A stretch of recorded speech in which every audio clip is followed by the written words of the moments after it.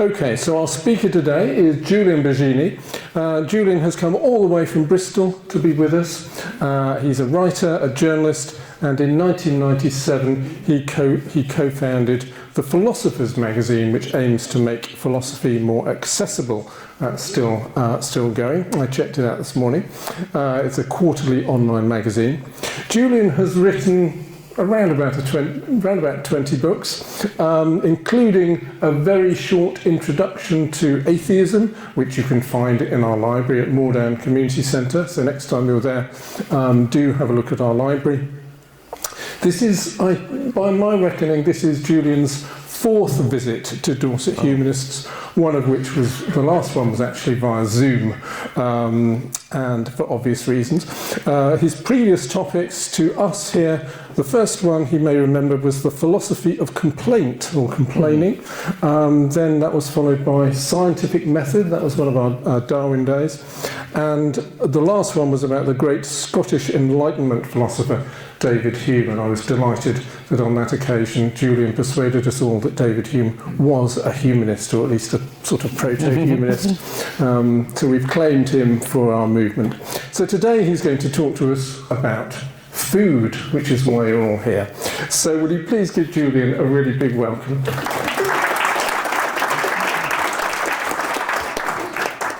Thank you very much indeed. It's lovely to be here in the second finest county in England. I won't say what I think is the finest. It's also good to be in Bournemouth, but Bournemouth I actually have a sort of special connection with, in that my father, when I was quite small, he was the first restaurant manager at the Roundhouse Hotel, when it was new and exciting rather than old and a bit clapped out. And actually, the family weren't living in Bournemouth at the time. And so I remember coming to visit, and I watched my first professional football match, Bournemouth versus Darlington AFC at the old stadium. And I remember, yes, splinters on the benches and panda pops in the break. It was fantastic. So I have a certain fondness for Bournemouth. So I'm going to talk today about food. It may seem like an odd topic for a philosopher to talk about, but actually it shouldn't be, really. Food is connected with pretty much everything that is significant in life. It's about not just about pleasure and sustenance, but it's about how we treat our planet, how we treat the animals in it, how we treat other people in it as well. It's about justice, it's about equality. So it's a deeply philosophical issue, and I've had an interest in it for quite a long time. I actually wrote a book on food and philosophy about 10 years ago called The Virtues of the Table, and that book was really using our relationship to food as a sort of lens into life in general. The sort of premise being that if you get the right attitude to the way you eat, actually you have the right attitude to other things in life. That was a kind of more typical philosopher's kind of what do you say, the kind armchair book. It was reflections that could be done from the armchair on the basis of no more than general knowledge. But then I got kind of more deeply sucked into the food world after that book. I became a member of something called the Food Ethics Council, and I became aware of just how hugely complicated our food system is. And I think that most people now have a certain consciousness about certain areas of food and will make certain purchasing decisions on the basis of that understanding, perhaps for health reasons, environmental reasons, welfare reasons. What I found was that virtually everything we think about food is much, much more complicated than we think. And that can be dispiriting, because it means making the right food choices becomes more difficult. But actually, I think ultimately, if you the more you dig away, you learn more, and those benefits outweigh any kind of additional complications that come.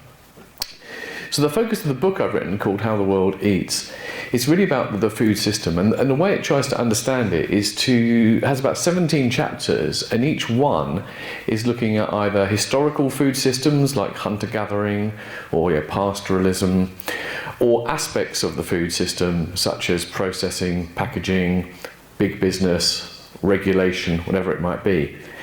And the kind of, each sort of chapter is intended to be, if you like, the definitive read on that subject. So there's one subject on processing and ultra-processing. And my hope actually is that if you were to read that, you would really get most of the information you need on that, cut through all the noise and nonsense about it and really drill down to it. But then collectively, the idea is that by looking at these different things, can we identify the principles, the general principles which recur again and again, which tell us how successful food systems work, so that we can make sure our one works for the future. Now, I should say a little bit about, obviously how this is a very, very broad book, and the only way no one is an expert on everything in the book. So I'm kind of almost I'm a kind of a philosophical journalist. I'm like a journalist in that I'm having to go to the key experts in every aspect, look at the most definitive writings there, and then pull it all together for the sake of the reader. And the philosophical side is I'm trying to extract those principles.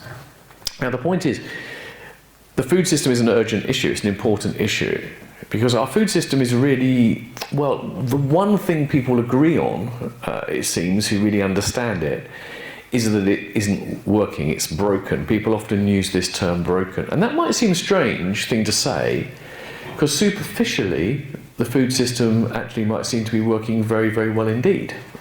If you think about it, there's plentiful food everywhere.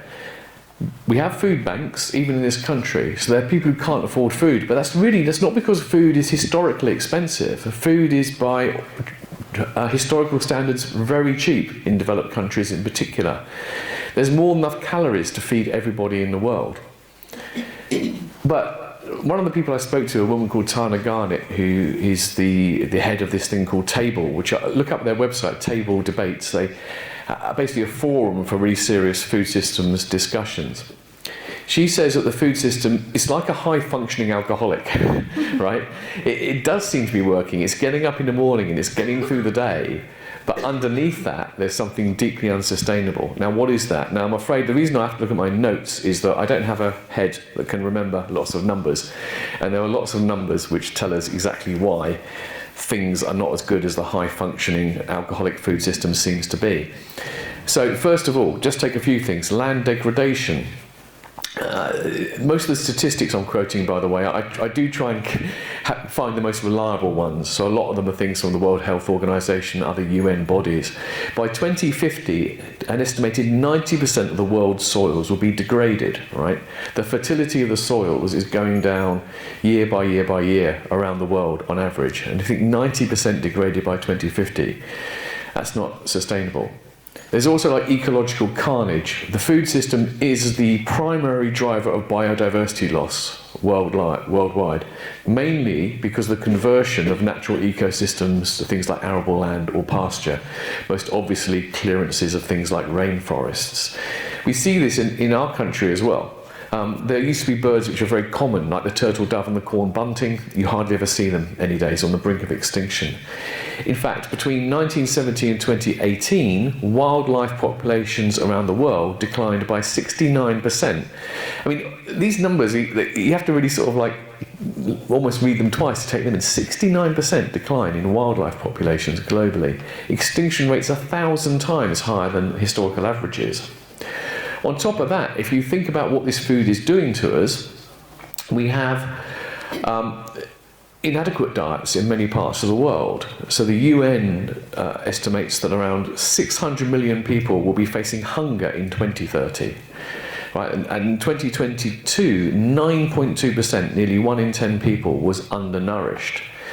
And also, nearly 3 in every 10 people on Earth were moderately or severely food insecure, meaning that they didn't have reliable access to food. At the same time as huge parts of the world are still not getting enough of the right kind of food, almost similar numbers are getting too much of the wrong kind of food. Obesity worldwide has tripled since 1975. By 2016, 13% were obese, 39% overweight. I'm one of the 39%, I'm overweight. More people live in countries where being overweight is a bigger killer than live in countries where being undernourished is a killer, which again is a staggering thing. Then we have issues of inequality of distribution. Again, in 2022, 2.4 billion people did not have year-round access to nutritious, safe and sufficient food. And in 2021, 42% of the global population were unable to afford a healthy diet. So diets, biodiversity, land degradation, all very poor. There's more to come. Water. Water is becoming a real problem around the world. Climate change is not helping because it's changing the patterns of water, and the melting of high-level ice is often creating problems with water flow. Farming is responsible for about 70% of global water usage, and so is driving a lot of those problems. And there are parts of the world, like in southern Spain, for example, where it's now covered in polytunnels, growing all the vegetables that we eat all through the winter when it used to be seasonal. The aquifers, the underground water supplies are drying up. Of course, climate change is a problem. It's not just a climate change for food production, but food production is a problem for climate change, in the global food system as a whole is responsible for about a third of anthropogenic greenhouse gas emissions. Then we have issues around a growing population. Now, I should say, a lot of people think, when you start talking about problems of food, people think it's the problem's too many people. I mean, if that's true, that's a bit difficult anyway, because what's the solution meant to be? We're going to go out and culling them. But that actually isn't the problem as such. There's more than enough food to feed everybody in the world. And even with the increase in global population, there should be enough to feed everyone in the world. The problem is the kind of food the growing population is demanding. Meat consumption is set to rise by 14% in the 2020s. That's rising faster than the population is. And if demand for meat continues to grow at the current rate in the BRICS countries, that's Brazil, Russia, India, China and South Africa, and remember 40% of the world's population live in those countries, to satisfy that demand, global meat production will have to go up from 300 million tonnes every year to 470 million tonnes by 2050. And then there's also the animals from the sea. Global demand for blue foods, as they are called, from marine or fresh waters, is set to double by 2050 from a 2015 baseline. So this is unsustainable too. So there are really, really deep problems with the food system. Everyone kind of recognises that, but people seem to disagree massively on what to do about it. In particular, I think people tend to perhaps go towards one of two extremes. So you have the techno-optimists who think the solution is ever more increasing use of technology, genetic engineering, etc., etc. We'll kind of like, we'll take science and tech our way out of the problem. As simple as that. Other people think the solution is rather the opposite. They think we have to revert to organic, regenerative farming. We have to sort of like abandon synthetic fertilizers and pesticides, etc., etc. And I think by the end of the talk, I hope to persuade you that actually both these approaches are kind of far too simplistic and wrong. Because when I looked at what these emerging principles were, and I want to make it clear that what I was trying to do was not kind of invent a set of principles for the food system. I was trying to identify the principles which are already there. And one of the first principles, the key ones, I think, is a principle, I call it plurality. What you really notice about eating, drinking, food production across the globe and across history is how absolutely diverse it is. So, for example, you can see this in diets, very, very obviously. How people eat, the Inuit eat in ways which are totally different to the way in which we eat here. Lots of fat, lots of seafood, not much fresh fruit and vegetables. But also the way in which people farm varies enormously. And I think the problem is one of the big obstacles people face when they're thinking about how we feed ourselves is they want to identify the most effective food production system. Well, the most effective food production system depends upon where you are. So, for example, out on the pampas of Argentina, it's ideal territory for extensive grazing of livestock. Very bad for growing arable crops, actually, but extensive grazing of livestock is good. They're very extensive. They don't overgraze, and so actually they do not have any net contribution towards greenhouse gases at all, because the grasses absorb greenhouse gases as much as the animals emit them. But that's right for there. It isn't right for somewhere else. And also, in terms of organic, non-organic, etc. Well, it depends on the crop and it depends where you are. Some crops are very, very hard to grow organically. What you find is that studies show that on average, and time and again they show that organic yields are around 80% of conventional yields. You don't get as much food per acre of land, bluntly. Now, there are complications around this and there are arguments to and fro, but even when people allow for all the different sort of mitigating factors, that's a figure that most experts will agree on. And in fact, a lot of people within organics no longer really dispute that. They don't claim organics is, they accept that's a basic truth. But with some crops it's much worse than others. Now, some things it's hardly worth even trying to grow organically at all in some parts of land, and sometimes it is. And people sort of have this idea that, you've got to have this one size fits all. Well, no, I don't know did anyone see the Wild Isles series a couple of years ago, Attenborough narrated BBC series? They had one programme which was all about the natural environment. It was actually controversially it was on the iPlayer but not broadcast on television. And there's an interesting segment there where they speak to the cousins Patrick and Brian Barker, who run a farm in North Suffolk. And he introduced himself saying he's proudly described the farm as a proper intensive arable farm. Now, intensive agriculture is often blamed for lots of very bad things, often very rightly. Intensive agriculture often uses too many pesticides, relies too much on fertilizers, not a lot of biodiversity. But they are part of this LEAF initiative. LEAF is Linking Environment and Farming. It's an organisation in the UK which promotes good farming practice, but not necessarily organic. And they've got the facts to show it. The biodiversity on their farm is really good. They go about counting all the species. They kind of show that it is possible sometimes to farm both intensively and in a way which is environmentally sensitive. And I think that generally speaking, what we've got to recognise the fact is that we're going to need a plurality of approaches to feed ourselves well, and not get hung up on the idea that we find the system and then try and impose it everywhere. So that's the first principle of plurality. Another principle which is really important, we can call one of circularity.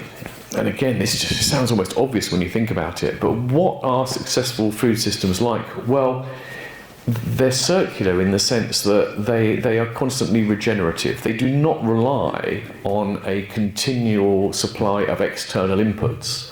Because if you think about it, if you constantly relied on external inputs, at some point you could well run out of them. So a lot of modern farming methods are not very circular at all. They rely very much on buying in fertilizers, pesticides, etc., and keep applying them to the ground. But actually, that means that you've got terrible sort of energy and resource wastage in that. But it also doesn't tend to, this problem of soil depletion in terms of its fertility. This doesn't really top things up properly. The clearest example of well, I'll give you two examples of properly circular systems. One is hunter-gathering. The hunter-gatherers, that was the first kind of form of eating and providing for food that human beings did. There are still a few populations around the world that do it. And it's entirely circular because what happens is they move with the seasons. So they're not doing this because they're kind of eco-warriors with this philosophy, but this is the way the system evolved. They only take as much as can be provided, and by the time they come around the next year, it's grown again, they can take some more. So it's a perfectly circular system. You can keep living that way indefinitely. Of course, that's no good to us because you can only do that. We have a lot of land and a very little population. I did a back-of-the-envelope calculation for the book, and I think I worked out that to go back to hunter-gathering in the UK, we would have to get rid of about 96% of the population. I don't think that's politically or ethically acceptable. But fortunately, there are other examples of circularity. I mentioned the Pampas, where they do the extensive grazing. The reason that's kind of circular is this thing called the biogenic cycle. The biogenic cycle is that greenhouse gases are emitted carbon dioxide, methane. In livestock production, the main problem is methane, which is a very potent greenhouse gas. But the methane will break down within about 20 years into carbon dioxide and I think water. And the carbon dioxide will be absorbed back into the grasses.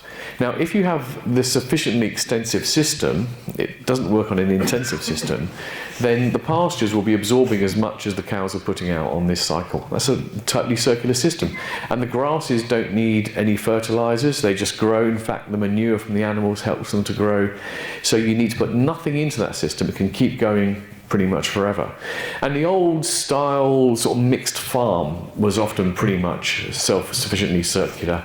You'd have the crops, you'd have the animals in the right balance. The animal manures would help to fertilize the crops. The animals would eat the bits of the crops that we can't eat, the silage and all that kind of thing.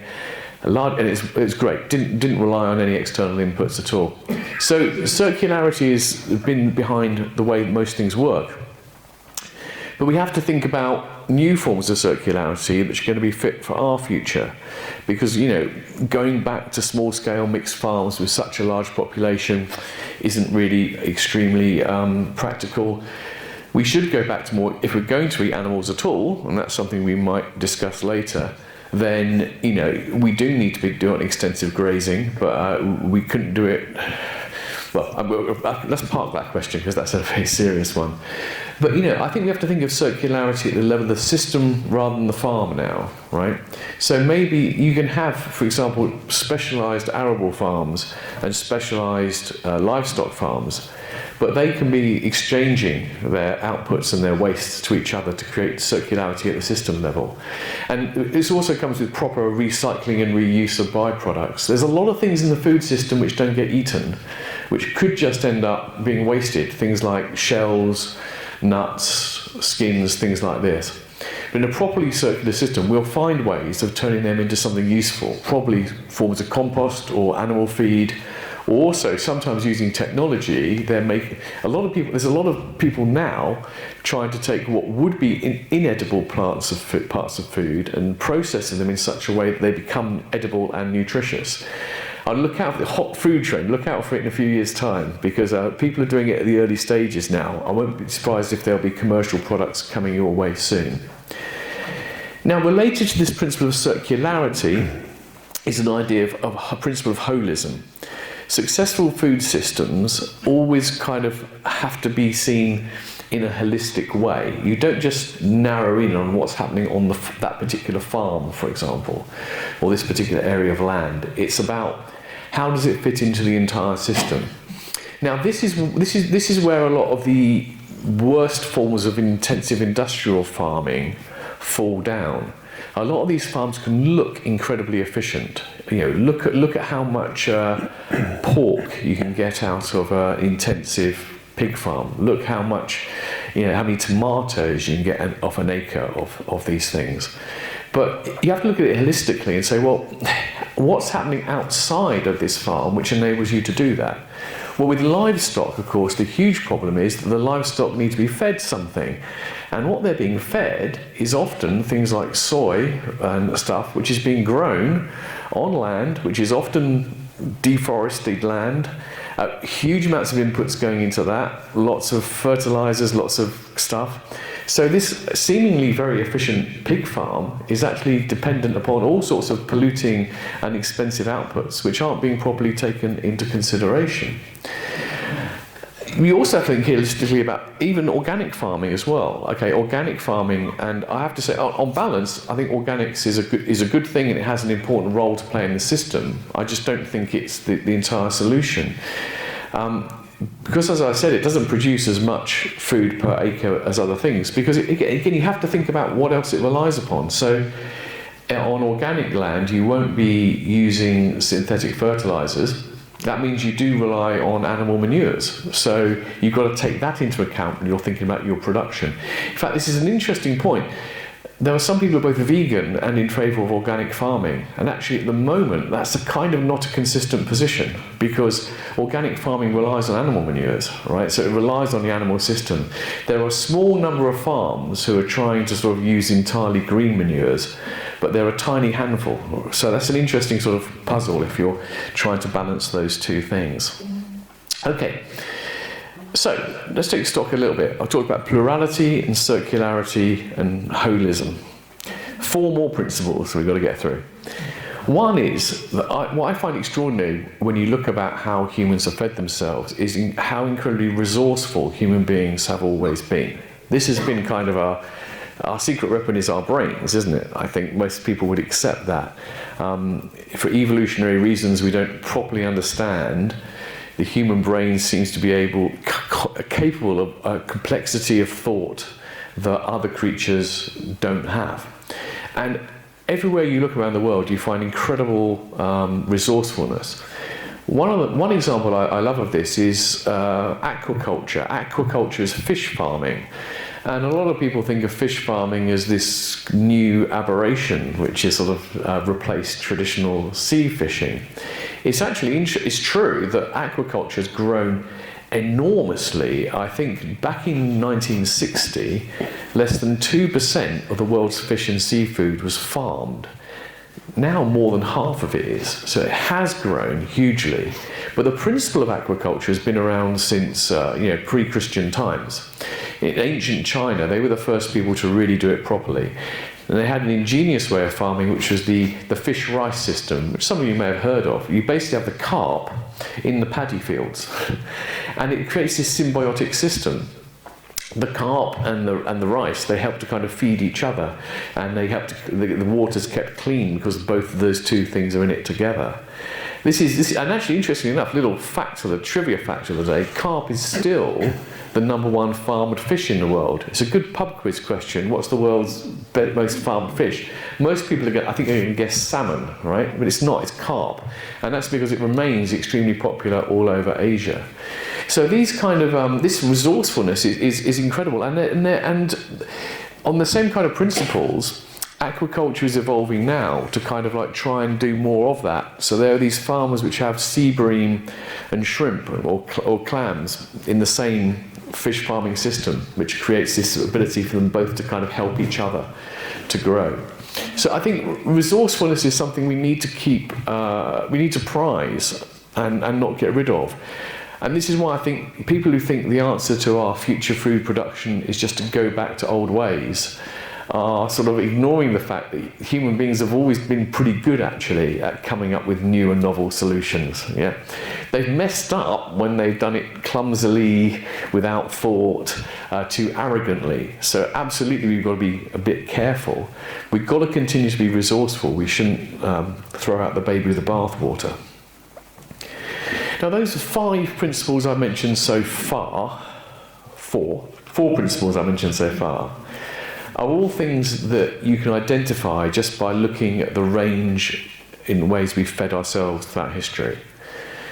But there are 2 principles that I'd like to advocate for, which I think are more notable by their absence. The first one is to have a more, what I call, humane food system.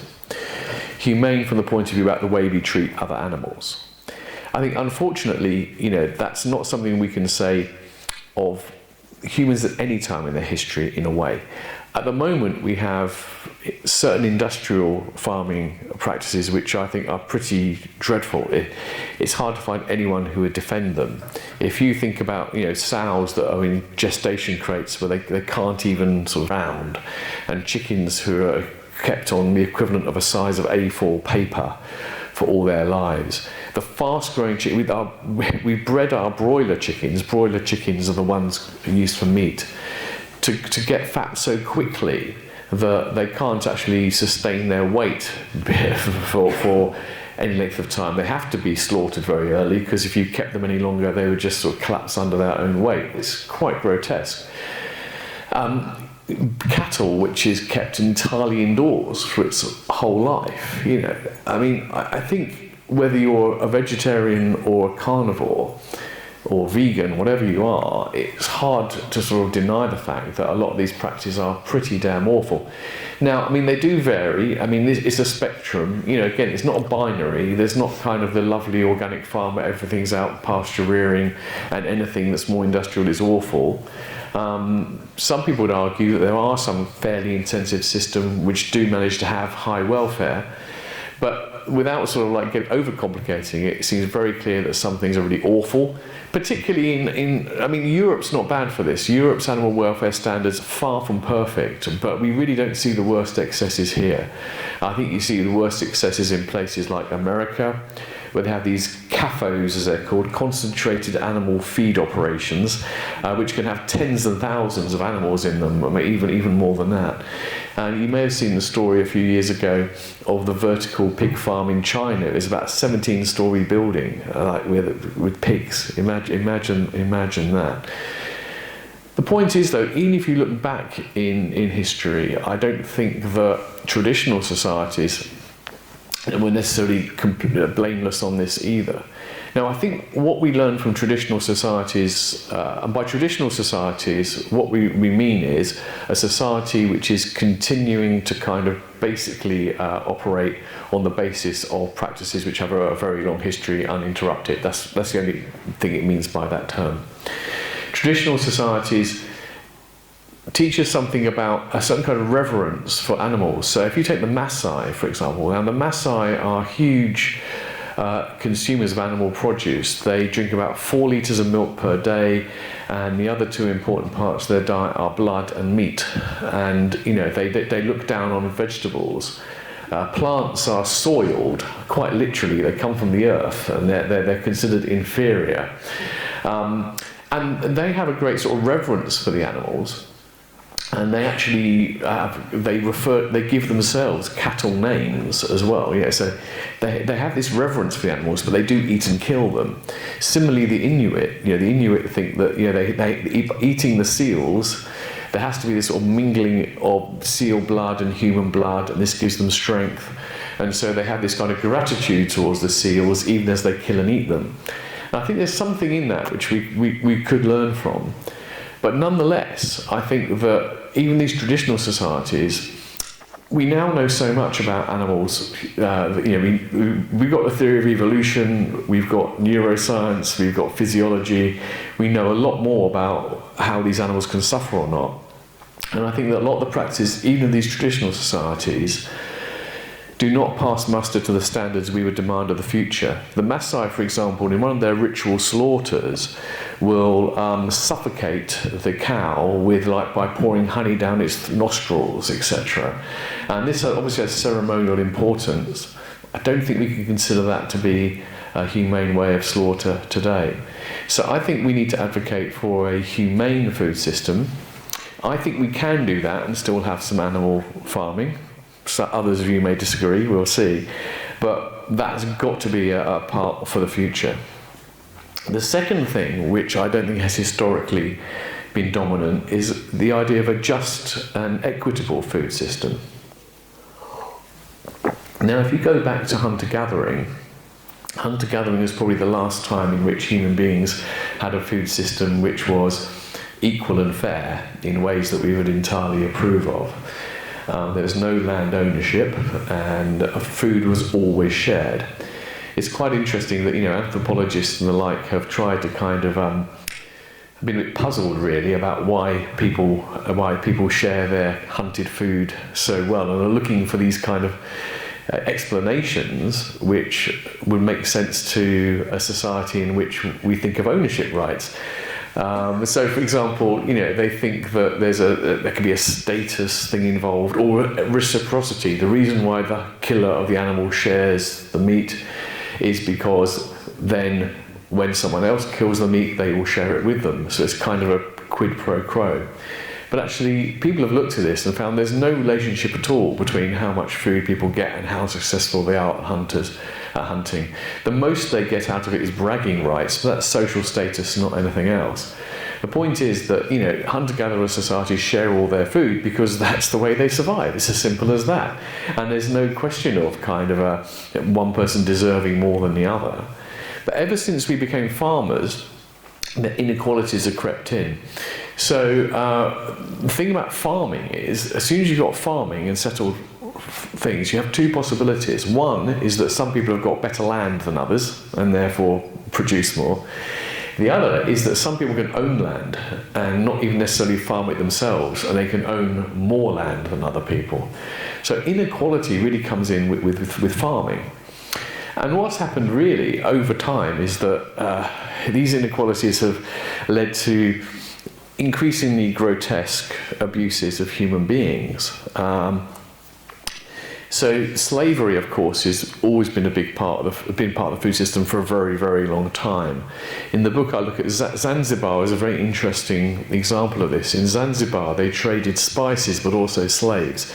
And before the Atlantic slave trade, there was quite a lot of slave trade between sort of the Gulf states and the African countries too. The transatlantic slave trade introduced new horrors, and it was on a bigger scale than what came before, but it was always there. And the thing that my sort of penny drop moment was when I was looking at all this and thinking, the exploitation of human beings, we think of it as like a bug in the system, as something that, we just get rid of this. I think you need to understand it's been a feature of the food system. In other words, what has enabled a lot of people to have the kind of cheap and plentiful food they have has always relied upon the fact that some people down the line are being exploited to provide it. And of course we still do see that today. There is still slavery in the world. We can't say slavery has been abolished. There is some. But even without strict slavery, there's a heck of a lot of awful exploitation. And, we're all caught up in it. So people are often aware of issues in supply chains around things like coffee and chocolate. And, all the big companies are committed to trying to sort of eliminate child labour and exploitation in these systems, but no one can really claim to have entirely eradicated it. But it's not just that. If you look at, there are some interesting and disturbing reports of workers in, southern Spain. So southern Spain has become, a huge producer of food for the rest of Europe. And a lot of the people on those farms are people from places like Algeria and Morocco. They come in on these special permits, which is kind of like, it's remarkable really. It sounds like a description of bonded labour. They are allowed to come into Spain only to work for a particular employer and to live in the accommodation supplied by that employer, and then they go home at the end. Now, isn't that the definition of bonded labour? Maybe someone can sort of correct me on that. Also, in southern Italy, not just southern Italy, there have been investigations into a lot of, again, people on tomato harvest, and there's organised crime is involved with this, huge exploitation, trafficked people.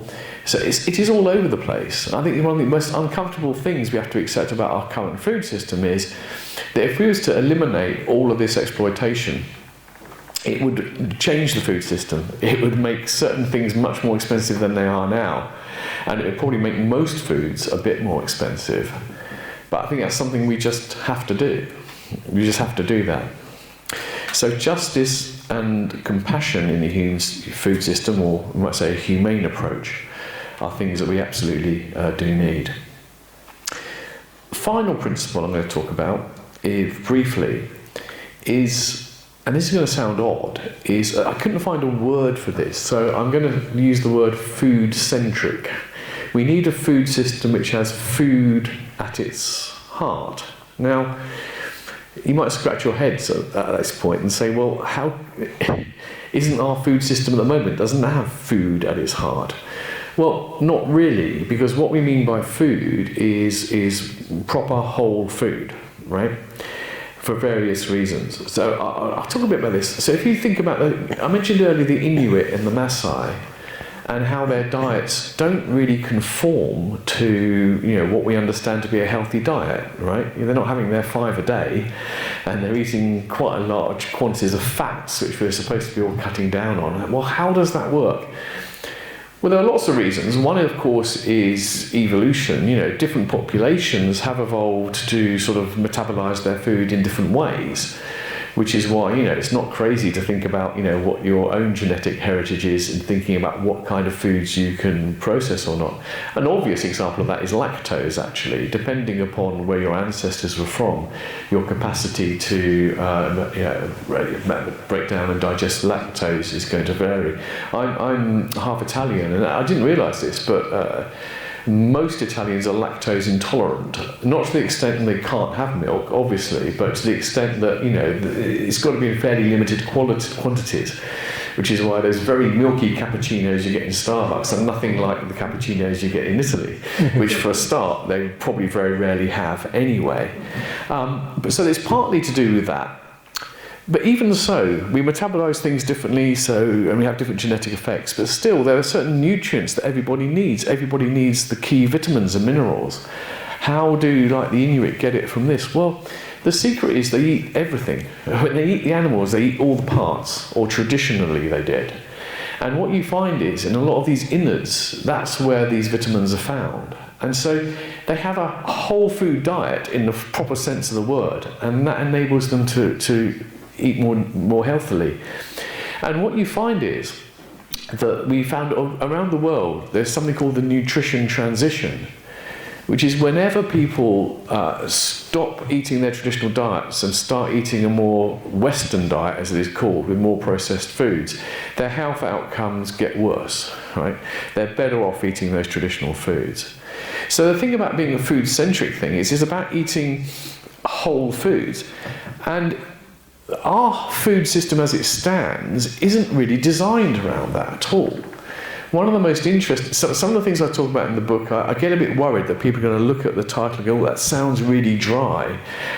Governance, for example, there's I dare to have a chapter on governance. It sounds dry, but the regulation of food is absolutely important, vital to how our food system works. But the other thing which might sound a bit off-puttingly dry is commodification. Commodification does not sound like an exciting topic. But unless you understand commodification, you don't understand the food system. What commodification means is that our food supply has sort of transitioned over centuries from a time when basically people grow foods which were sold and eaten, or at the very least provided as kind of ingredients in a minimally sort of processed way, like wheat for the miller to be made into bread. So the crops to foods and animals to foods link was really, really tight.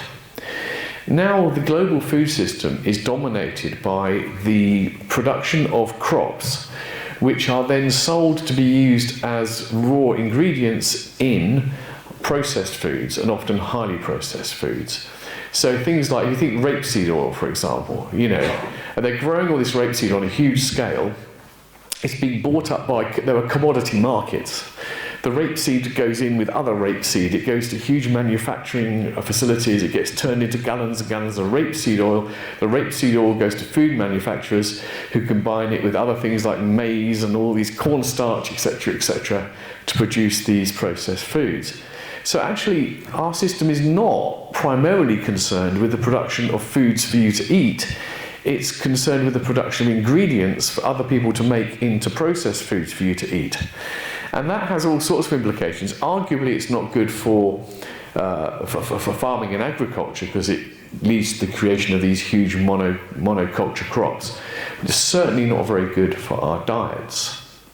So I think that we need to be thinking about how to make a food-centric approach central. And in fact, can I just say one more thing about this, because I think I've probably got enough time to do this.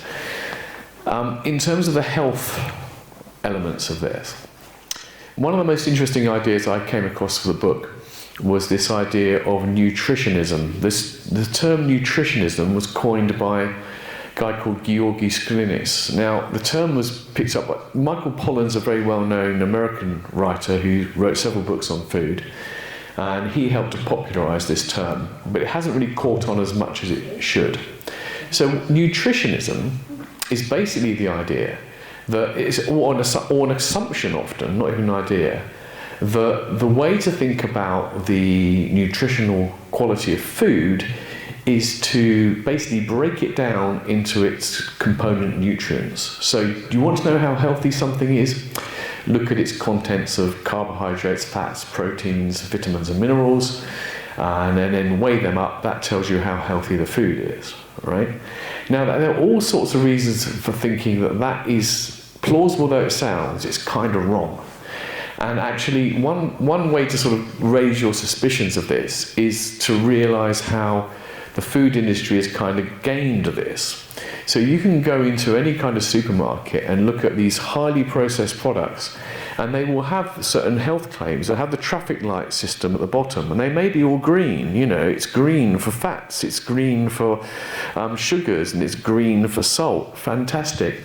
You flip it over and you look at the ingredients list. This doesn't look very good. It's full of these highly processed ingredients.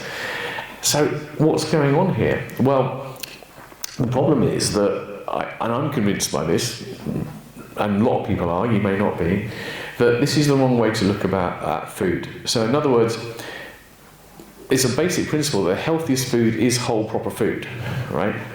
And if you chop up your food, blitz it, fractionalize it, and put it back together, even though you may end up something with the same quantity of fats, calories, carbohydrates, vitamins, etc., it won't be as good for you. And there are lots of reasons for that. It's not just a kind of a romantic idea. It's because it turns out, the way we ingest and process food is very, very complicated. And so it's very, things work together. And the simplest example of this is sugars. If you eat a whole apple, or if you take that apple and you put it in a liquidizer, and then you eat the apple or you drink the apple puree, as it were, your body's going to absorb the sugars in very, very different ways. And also the combinations of foods affects things as well. Red meat has got a lot of bad press over recent years for our health. And I think one of the problems I've got with this is that red meat is an incredibly broad category. It includes your pasture-reared steak all the way to your highly industrially produced piece of ham or something, whatever it might be. But again, there's lots of evidence that the form in which this meat comes and the combinations in which we eat it makes a difference. There's one compound which is not meant to be particularly good in red meat. Turns out that it's nullified or at least diminished in its power when eaten with garlic. And your Mediterranean diet, my Italian family, they would eat red meat and there'd probably be some garlic in there as well. So that makes a difference too. So I think this is part of the idea that for many, many different reasons, a food system's got to have proper whole food at its centre. All right, let me just remind you what these 7 principles are. Plurality, there's no one-size-fits-all diet or way of growing and producing food. Circularity, you've got to have a system which is sort of like doesn't rely on constant external inputs. Holism, you've got to look about the impact of in the round, not just looking at a particular food, a particular farm, a particular practice. Look at its impact, culture, economy, ecology, health, etc. Resourcefulness, we've got to keep using our great brains and adapting. More humane and compassionate towards the animals in the system, more just and fair towards the humans in the system, and a whole foods at the centre. Now, to conclude, I don't normally like reading from a book, which is a bit dull, but I did spend a lot, I worked very hard on this book, so I thought if I try and give you an off-the-cuff summary, conclusion, it won't be as good as the conclusion I've really thought about. So I'm just going to read you the last paragraph, which hopefully gives you some sense of where I think we should be going with this debate. Too many calls for change are utopian, requiring a wholesale shift of values that is not going to happen. If healing the food world depends upon the downfall of global capitalism, near universal adoption of organic farming, everyone going vegan, all animal proteins coming from bioreactors, people losing their taste for bliss point foods, or dismantling of large food corporations, then we are already lost. But fortunately, we do not need to tear down the whole system and start again.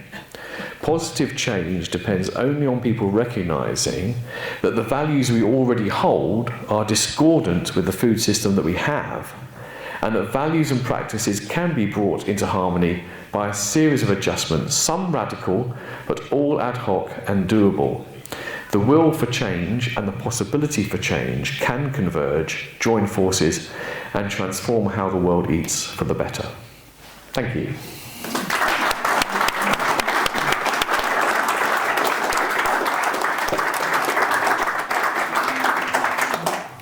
Thank you very much, Julian. Okay, we've got plenty of time for questions. So I will bounce around with a microphone, and we've already got a hand up over here. So you can't speak unless you have the microphone. Aaron first. Thank you very much. Processed foods. I'm an advocate for processed foods because humanity started off growing crops and they would die, so we got insecticides and the crops lived and we got more of them. And then we've got foods that, if I make you a beans on toast, you're not going to be impressed. If Dan makes you a food and he puts those ingredients and things in, he's a chef. However, when big companies put salts and things into foods to make the microwave meal last 3 days on a shelf, that's less waste. Surely progress in science is moving forwards. Why is a food made in a factory so bad for you? Yet if Dan makes the food in his fridge and then he gives it to me, it's all okay. Surely food lasting longer and not spoiling is a good thing. Good challenge. Now, the full answer's in the book. Now, I'll give you the advert. I'll give you the advert. We got for sale only a couple. These are too big for me to. I've lugged them all the way from Bristol. We've only got about 2 copies, and we've got about a couple of other different books of mine as well. I don't want to take them home, so please do buy one. I can take credit cards. If you buy one, you get a free coaster. And if you want a coaster without a book, just make a donation to the cause tonight, and you can take one as well. Okay, no, that's a very good point. Now, processed food is not a problem at all. Okay, processing. That's fine. No. But it does depend upon the nature of it, right? Now, this is a really controversial topic, and I honestly think that the chapter I wrote on this is one of the ones where I think I managed to sort of like nail things in a balanced way. Because the point is, the ultra-processed category was developed namely this Brazilian guy and his team, the Nova classification they call it. There were 4 categories of food. One is kind of like minimally processed or raw ingredients, and then you've got things which are sort of minimally processed culinary ingredients, so things like, butter, olive oil, things like that. Then you have processed foods which are combinations. I think then you got the ultra processed, right? I'm doing this by memory, so I haven't got the precise thing. Now the point is, if you think about this, you've got 4 categories. We know that this is simplifying. It's a continuum. You have not processed at all, processed a bit, and then you have ultra processed.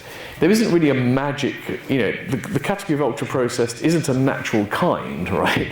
You can't, it's a bit arbitrary at what point you say ultra processed rather than processed. So that's the first point. And the other point is that critics of the ultra-processed demonisation are correct to say that because it is a broad category, it's not right to demonise all ultra-processed foods as being wicked. If you can look this up on a food app to see what counts as ultra-processed. In particular, things like supermarket wholemeal bread and a lot of like whole grain breakfast cereals are categorised as ultra-processed. And there are quite a lot of studies which show that for the typical population, these foods do make a positive contribution to their health, right?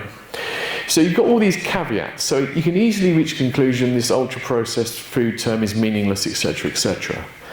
But here I think is the key point. The people who advocate for this, what they try and emphasise is that it is not actually, they're not really concerned about individual foods. That really isn't their point. You can eat whatever you like from time to time. If you really fancy a Pop-Tart after this talk, go and have a Pop-Tart. It's not going to kill you, right? But what they're concerned with dietary patterns. It's a dietary pattern approach. And it seems undeniably true that a dietary pattern which is dominated by highly processed foods has worse health outcomes than one that doesn't. Now, the reasons for this are not completely understood. Some people believe that it's nothing to do with the processing per se. It's because these foods tend to be high in salt, fat and sugar, which is part of the problem. But there are reasons for thinking that the processing itself creates various problems. One issue, for example, is that because the ingredients are so refined and processed, they're not as satiating. It's almost too easy for the body to process.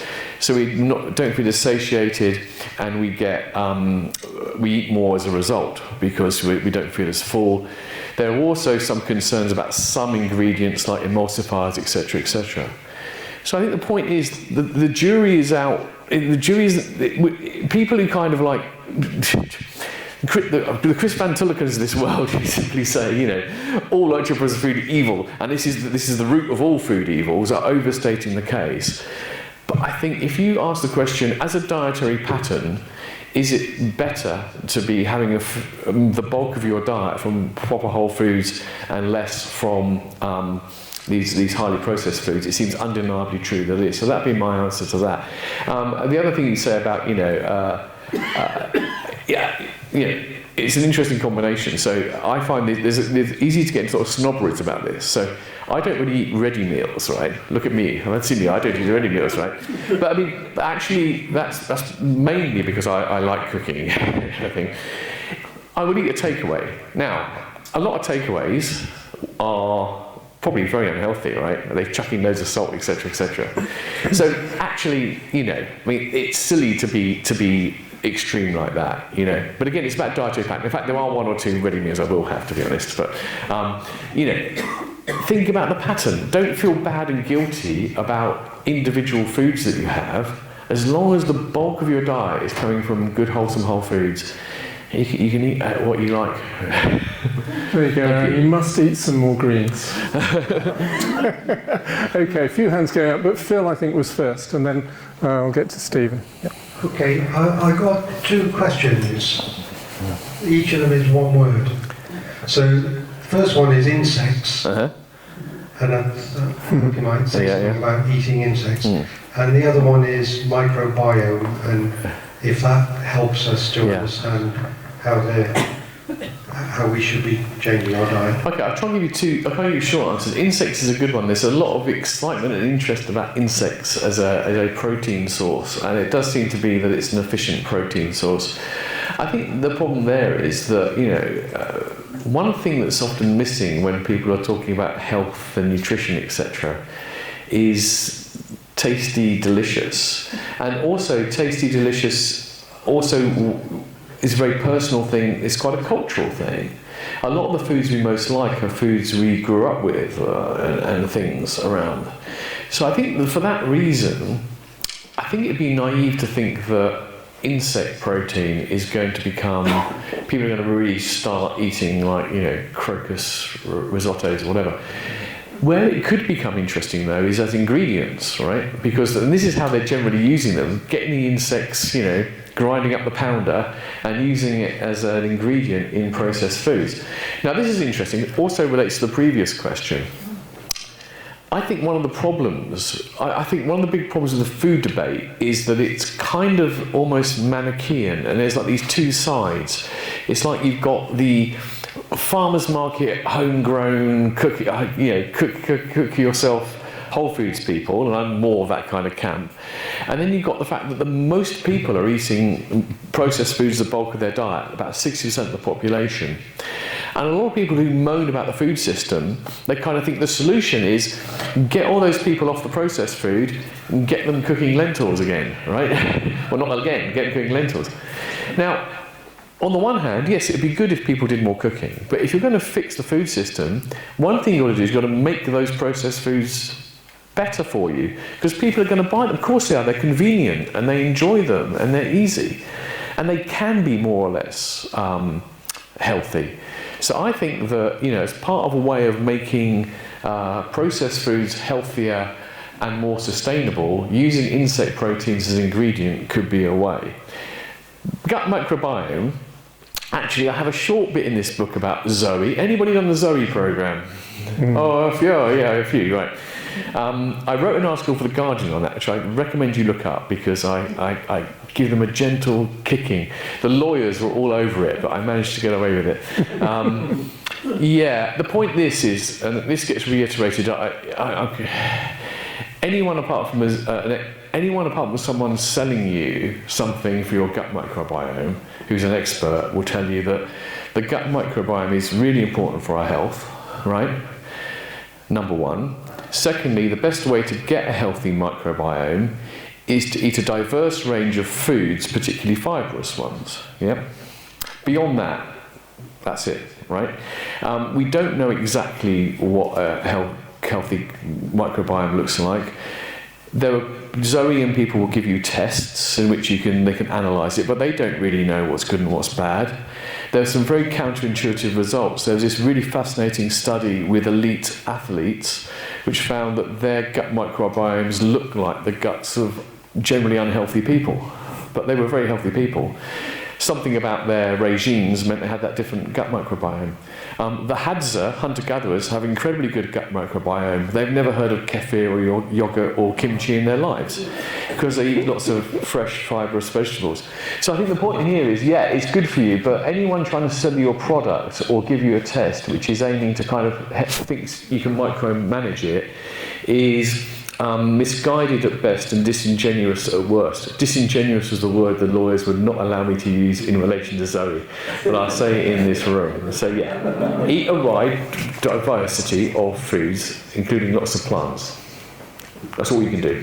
Do we need to bleep that word out of the video then? No, they can sue me. No, actually, what was disingenuous? Okay, here we go. What was disingenuous? Okay, I'll tell you this, because I like having a go at Zoe. If you do, Zoe, you've done this, you get your report at the end. Did anyone notice that on like page 2 or 3 of the report, it says something like, this does not constitute medical advice. Do not make any changes to your diet without consulting a physician. It's a disclaimer because actually there's a different regulation of well-being and health, right? And they come under the regulation of well-being rather than the health product. And so their official disclaimer says, do not change your diet without consulting a physician on the basis of advice. The whole programme is based on trying to make you change your diet. They give you scores to encourage you to do it. That's what I think is disingenuous. Right? Interesting. Rant over. My question was simply about governance. Obviously there are different patterns of governance in different parts of the world. Are there any countries that you think are handling a complex issue well? Very good. It's almost like I could have planted these questions. I wish I had. There's a chapter on this in the book, which is great. Yeah, no, food regulation does vary around the world, and there are people doing it better than worse than others. So I think the one I focused on, I was trying to identify, who's doing it best, and Finland came high on various rankings of like food security and a few other rankings. And they're very interesting. So again, it's not one sort of magic thing they do. But first of all, they've got very high for food security, but that's not because they have a lot of food self-sufficiency. People confuse these two terms, right? Some people say, we should be more self-sufficient. Self-sufficiency is something you only want to a certain degree, for the simple reason that let's say the UK became 100% self-sufficient, right? And then we had a disastrous drought summer, we'd starve, right? Self-sufficiency is, food security also depends on having good trading links with other people. So self-sufficiency should be on like a regional basis, not a country basis. Finland isn't very food self-sufficient, but it's tied in enough well with its neighbours that it can be very food secure. It has, food is a really important part of its education system. So it's part of the national curriculum. And that counts meal times as well, right? Meal times are part of the national curriculum. It's understood that meal times are an opportunity for the kids to learn about food choices, how to eat, and also the importance of eating together, conviviality and all that kind of stuff. They lead on things like public procurement. Because if you think about what some of the major drivers of change could be in the food system, public procurement is a huge opportunity. If you think hospitals, government, schools, these are big buyers of food. And they can use that clout to kind of like encourage positive change. And also, in terms of schools, hospitals, etc., it's also sort of modelling things, If you're eating every day at a works canteen, and the kind of food you're given is of a certain good kind, that's in a way showing you what's possible for your own diet at home. Whereas if everywhere you go, it's kind of like meat, fish, rubbish vegetarian option. It's encouraging the perception that a proper meal really should have a lump of animal in the middle of it, you know. I actually went to a very good food conference, Global Food Security Conference, where the catering was exceptional. And apart from the conference dinner, which I didn't go to, all the food was almost entirely plant-based, a bit of dairy, a bit of egg. But it was all very, very, very good. And it was kind of like walking the talk on that. Also in terms of subsidies as well, they're willing to subsidise certain things, recognising the fact that certain types of food production in Finland are not very economically competitive by international standards, but it's important to maintain that kind of sector and to keep it going. So yeah, have a look at Finland. They're doing pretty well. Although these things are always changing. It seemed that actually, you know, Finland, like a lot of the Nordic nations, the direction of travel is perhaps not so good. So Finland circa 2022 is probably the best model. Okay, cheers. I just wanted to echo some of the first questions. I mean, just about everything I eat is processed. And if it can't go in the microwave or doesn't come out of a tin, then I don't really have time for it. But, I live with Indian flatmates, and they are completely opposite. They cook everything from scratch, and it takes hours. But it's often very good. But in India itself, as they're becoming a busier sort of working country, and they are, you know, having less time for cooking. They've got as they're moving into a fast food, a Western diet, they're having a massive obesity crisis and diabetes crisis. So I think there's about over 100 million people in India have already got diabetes, and they're projecting 150 million in the next couple of years. You know, so they don't apparently have the genes to sort of process sugar and highly processed stuff, you know. So you're right about staying, you know, it's better for them to stay with lentils and pulses and all the rest of it, because it's actually definitely affecting their health already. All right, no question, just a nice contribution. Yeah, go.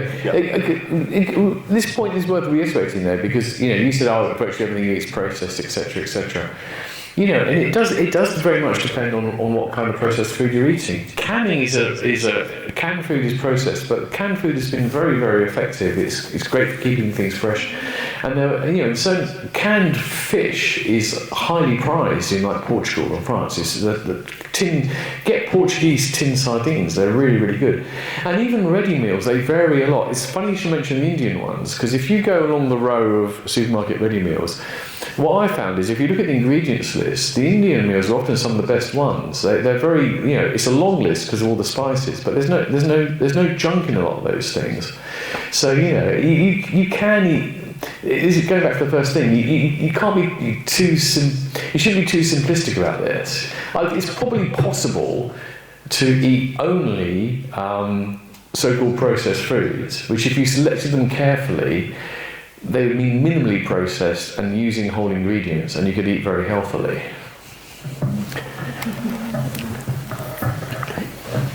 Hi. I turned vegetarian at age 13, a good few years ago now. And for me, I didn't feel I was influenced by people around me. It was just something I felt as a passionate animal lover, and, you know, with real respect for animals that I just sort of had in me. And I'm proud to say my daughter took that on, and she's now vegan, and I'm very proud. She turned vegan at 11, she was pushing for it earlier, and she had that kind of in her.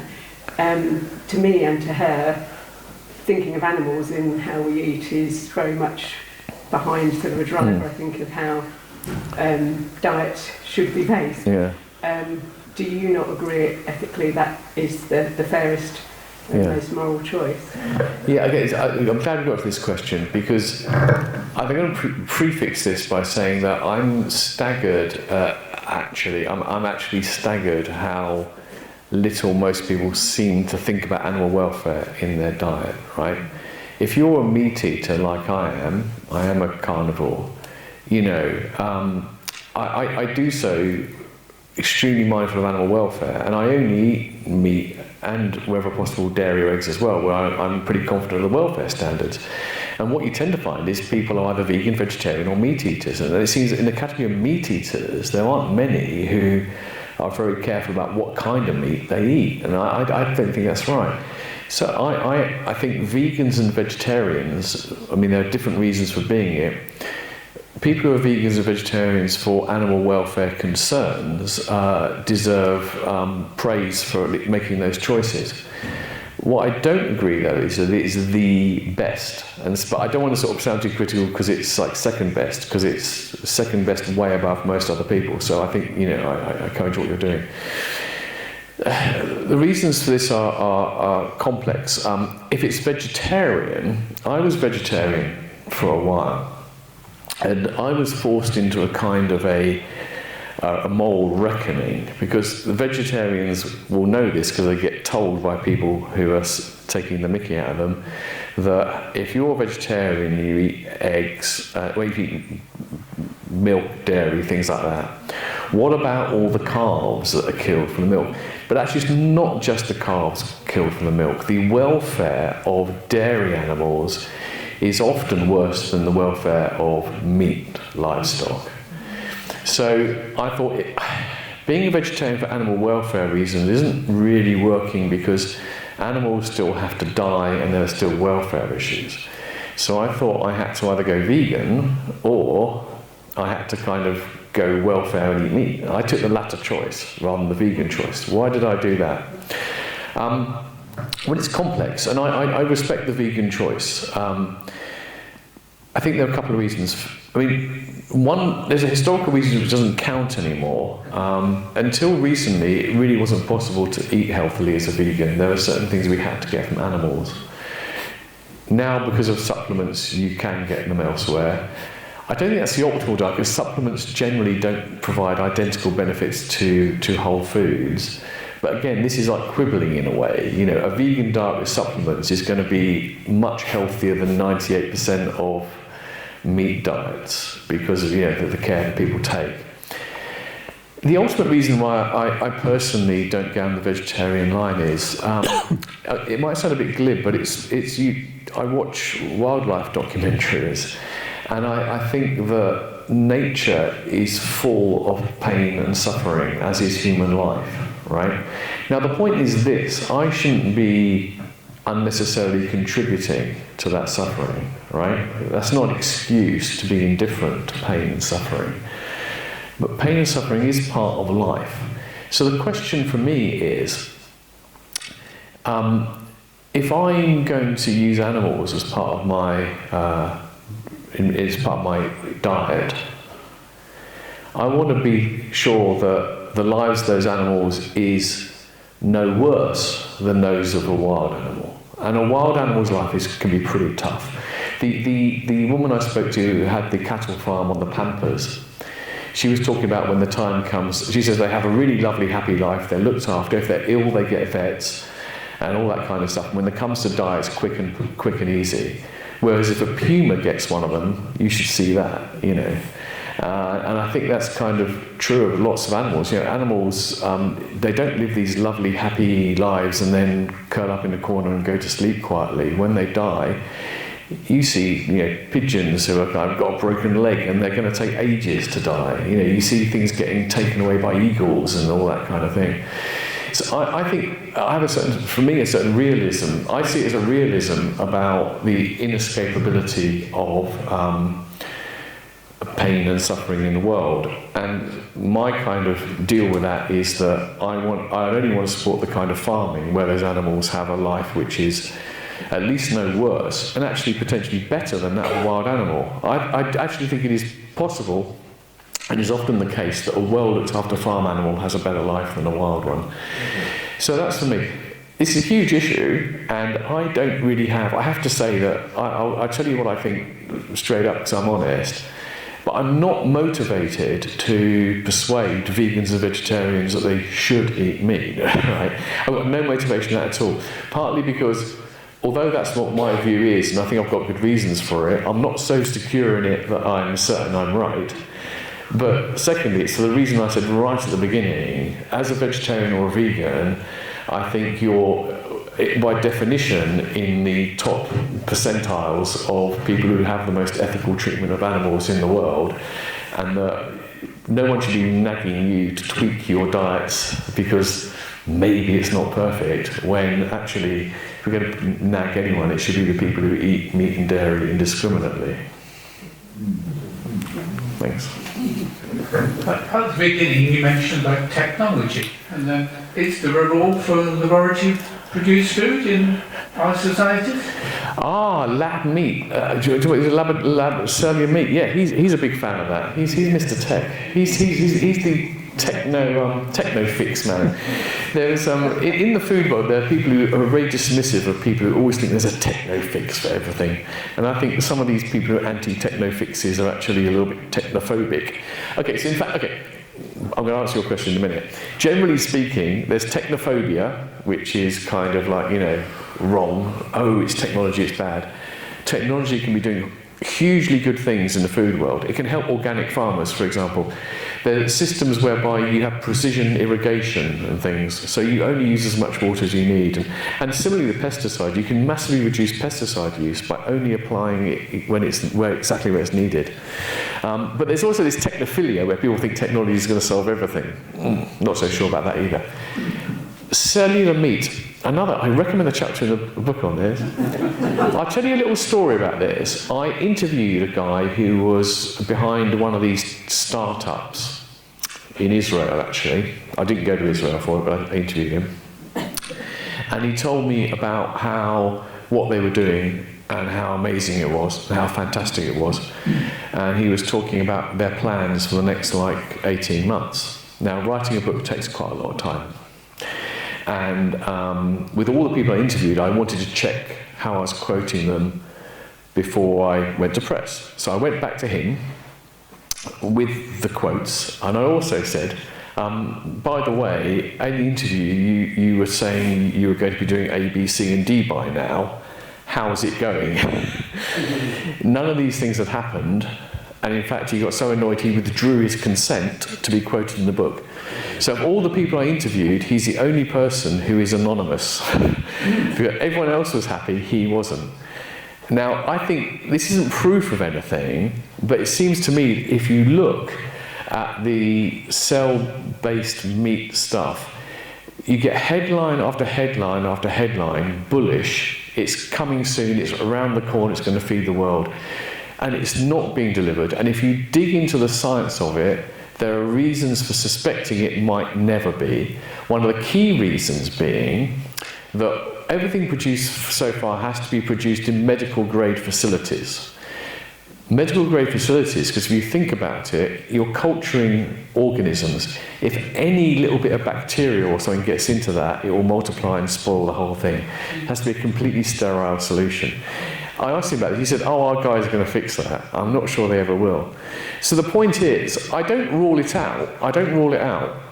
And if we could produce it, it would have a role to play in the system. Although, again, going back to, if you remember what I was talking about nutritionism, the claims that this is going to be nutritionally equivalent or superior to naturally occurring meat are also suspicious, because basically, you eat a grass-reared cow and everything it's ingesting from the grass and the clover is going into that meat. If you do it in the lab, you're basically getting the basic cell structure. You've got to add everything else in. Is that going to be equivalent? I'm not sure. The most recent headline on this was the first pet food to be licensed with this. I don't know if you saw the headline about that. They've licensed a pet food to be made with this cell-based meat. Every time you read a headline like this, just dig for 10 minutes on the internet and find out the truth.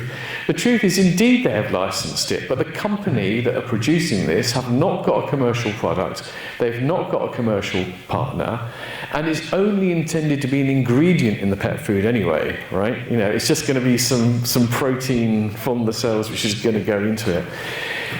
So I would say don't hold your breath. If they achieve what they claim they could achieve, it would be amazing, but I wouldn't hold your breath for it. And I wouldn't rely on it to solve the problem.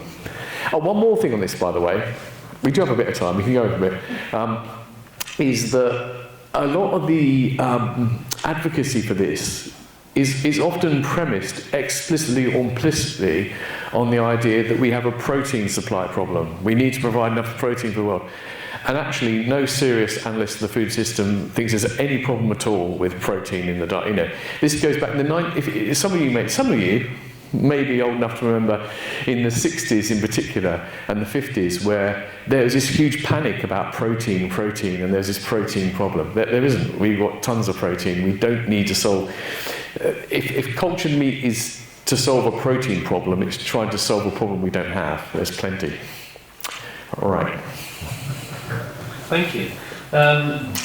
One problem I really think we have is that the food we give kids, I think, gives them a lot of bad habits for the rest of their life. One of the meals I might have had when I was a kid would be a chicken Kiev from Asda and maybe some chips and some vegetables on the side. And that would be my order of favourite as well, because someone in some factory has made some effort to make the chicken Kiev taste nice. It's got some garlic in it, and chips are nice, obviously, and the vegetables would be boiled a bit too much, wantonly seasoning, there's salt, pepper on the table.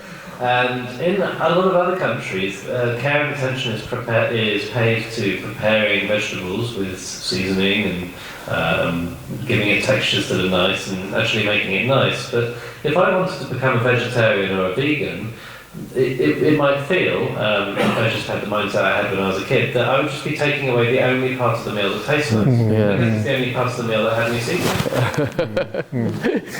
And I think you're right. I mean, they're very bad habits that we put kids into. One of the weird things about British culture, I don't want to offend anyone, because if you've done this yourself, this is just the way things were, and so why would you have done it any differently? But it baffles me that it's so typical in the UK for kids and parents to eat different things and sometimes at different times, whereas, you know, in my Italian family that would never happen. People sat down at the table at the same time and they generally ate versions of the same thing.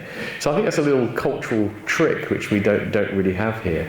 In terms of the vegetable foods, I think this is true, and I think that, I mean, I have this little bugbear that I don't think we should talk about vegan foods, right? No foods are vegan, diets are vegan, right? You know, hummus is not a vegan food. It's a food that a vegan can eat, but similarly, loads of people have ate it and have never been vegans in their lives. And I think that sometimes, you know, the sort of trend for vegan is a good way for companies to sell, again, more processed foods. But it also creates this false kind of perception that there are foods for vegans and there are foods for meat eaters. Well, meat eaters could be eating a lot of these foods for vegans. If you call them vegan foods, they're automatically less attractive. Just out of interest, the Veganuary campaign is interesting for this. So every January now they have this Veganuary. And there's some studies into how it works. I'm not sure it does. So first of all, they showed that sales of plant-based products did go up during Veganuary. But again, what kind of plant-based foods? The highly processed ones. They don't do promotions on fresh fruits and vegetables in Veganuary. They do it on, like, you know, Impossible Burgers and whatever it might be. But sales of meat products did not go down. So I'm not sure Veganuary works. So I think it's partly, you know, there's this silly distinction we have between, you know, the meat and the non-meat. Let's just think about nice foods, and we should get up the assumption you have to have meat. And one thing that didn't come, I didn't mention, but it's the obvious thing. Everyone knows that whether you go vegan or not, the proportion of meat and dairy in the diet of a typical Westerner is way too high, both for health reasons but also for environmental reasons. So everyone should be eating a lot more plants, and I think that message doesn't help if the promotion of plants is framed around vegan, because that doesn't then cut through to the people who should just be eating more plants anyway. I think we'd better wrap up there, but Julian has maybe a couple of minutes if you want to ask her a question. I don't want to take these home. Yes, and you can sign them as well. Please give Julian another big round of applause. Thank you. Thank you.